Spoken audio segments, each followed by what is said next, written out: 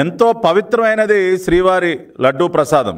అటువంటి ప్రసాదాన్ని కూడా తమ ఖజానాన్ని నింపుకోవడం కోసం కల్తీ చేయటం అనేది ఎంతటి మహాపాపమో మనందరికీ తెలుసు.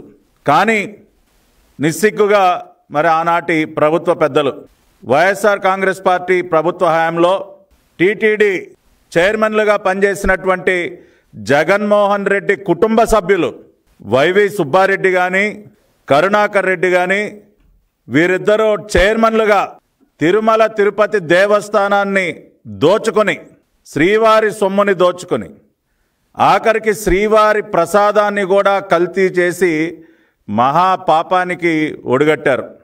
ఆ కల్తీ వ్యవహారాన్ని నిగ్గు తేల్చడానికి దేశ అత్యున్నత న్యాయస్థానం అయినటువంటి సుప్రీంకోర్టు ఒక స్పెషల్ ఇన్వెస్టిగేటింగ్ టీమ్ని ఏర్పాటు చేసి విచారణ చేయమని ఆదేశించినటువంటి పరిస్థితి.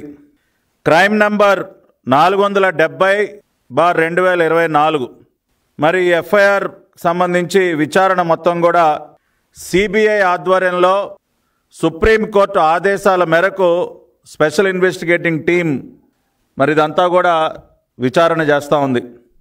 దీనికి సంబంధించి ఇప్పటికే అనేక మందిని విచారించడం, అరెస్టులు చేయటం అన్నీ కూడా చూసాం.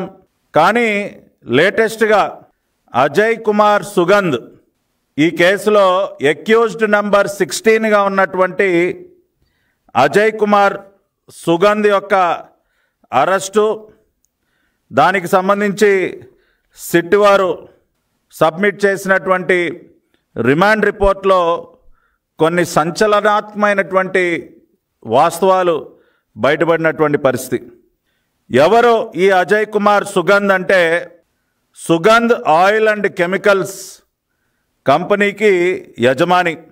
న్యూఢిల్లీలో పంజాబీ బాగ్ వద్ద ఉన్నటువంటి సుగంధ్ ఆయిల్ అండ్ కెమికల్స్ యజమాని అయినటువంటి అజయ్ కుమార్ సుగంధ్ మరి ఈ కేసులో ప్రధాన ముద్దాయిలైనటువంటి Pomil Jain, Vipin Jain, Bholebaba organic dairy milk private limited Bholebaba dairy యజమానులైనటువంటి పొమిల్ జైన్, విపిన్ జైన్ వీరిద్దరికీ కూడా అత్యంత సన్నిహితుడు ఈ అజయ్ కుమార్ సుగంధ్. ఈ అజయ్ కుమార్ సుగంధ్ అనే వ్యక్తి బోలేబాబా డైరీకి కొన్ని ప్రమాదకరమైనటువంటి రసాయనాల్ని సరఫరా చేయటం జరిగింది. మోనోగ్లైసిరైడ్, అదేవిధంగా acetic acid Esther, మోనోగ్లైసిరైడ్ and acetic acid Esther అనేటటువంటి ప్రమాదకరమైనటువంటి రసాయనాల్ని సుగంధ్ ఆయిల్ అండ్ కెమికల్స్ అనేటటువంటి తన కంపెనీ ద్వారా బోలేబాబా డైరీకి సరఫరా చేయటం జరిగింది. అవి కూడా చిన్న మొత్తంలో కాదండి,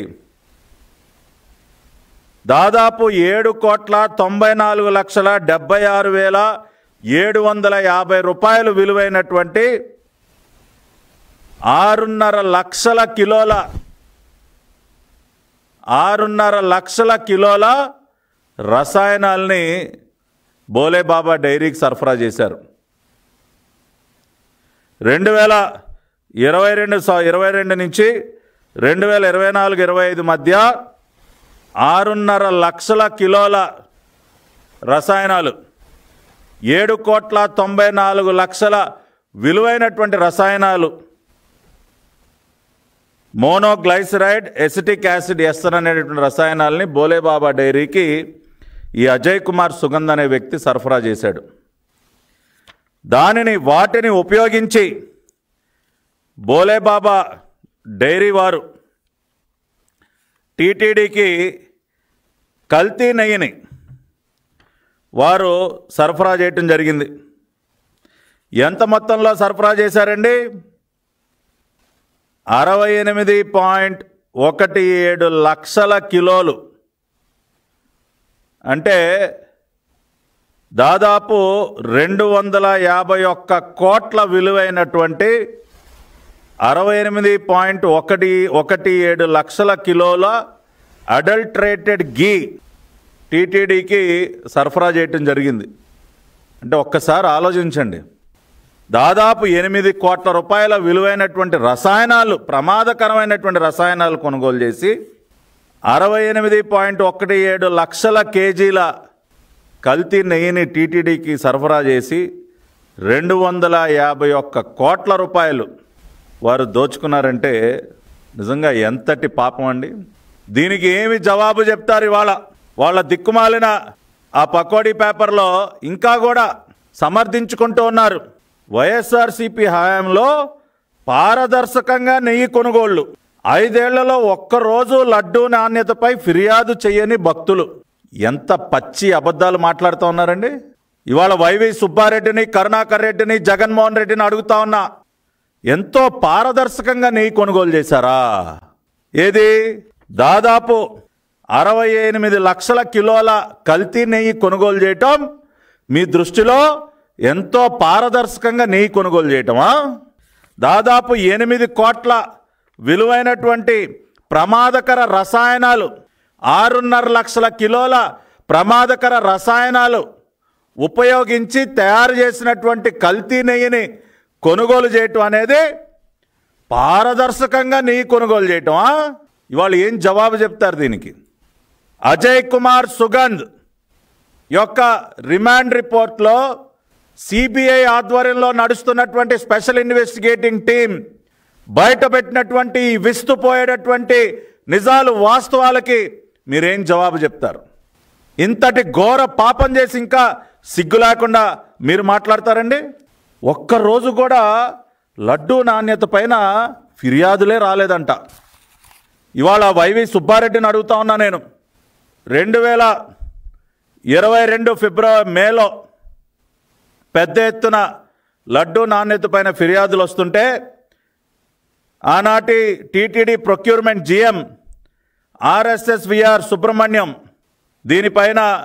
దీనికి సంబంధించి బోలేబాబా ఆర్గానిక్ డైరీ లిమిటెడ్ వారు సప్లై చేస్తున్నటువంటి నెయ్యికి సంబంధించి వారు కొంత విచారణ చేస్తే ఆ రోజున మైసూర్లోని సిఎఫ్టిఆర్ఐ ల్యాబ్కి పంపిస్తే ఆగస్టులో ఫలితాలు వస్తే ఆనాటి నెయ్యిలో కల్తీ జరిగినట్టు సిఎఫ్టిఆర్ఐ మైసూర్ వారు నిర్ధారిస్తే ఏమి చర్యలు తీసుకున్నారు? ఫిర్యాదులే రాలేదు.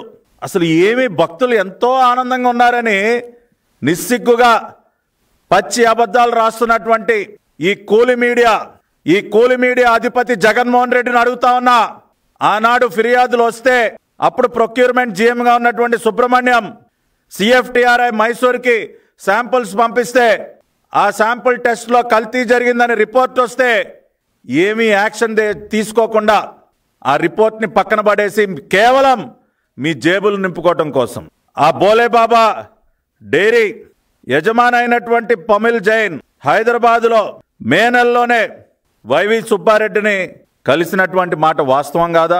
వైవి సుబ్బారెడ్డి పిఏ చిన్న అప్పన్న ద్వారా రాయబేరాలు సాగించిన మాట వాస్తవం కాదా? అంటే ఒక పక్కన కల్తీ జరిగిందని, నాణ్యత లేదని ఫిర్యాదులు వస్తుంటే మీరు ఆ కంపెనీ యజమానులపైన చర్యలు తీసుకోకుండా ఇళ్లకు పిలిపించుకుని లాలూచి పడతారా? వాళ్ళతో సెటిల్మెంట్లు చేసుకుంటారా? జవాబు చెప్పమని అడుగుతా ఉన్నా.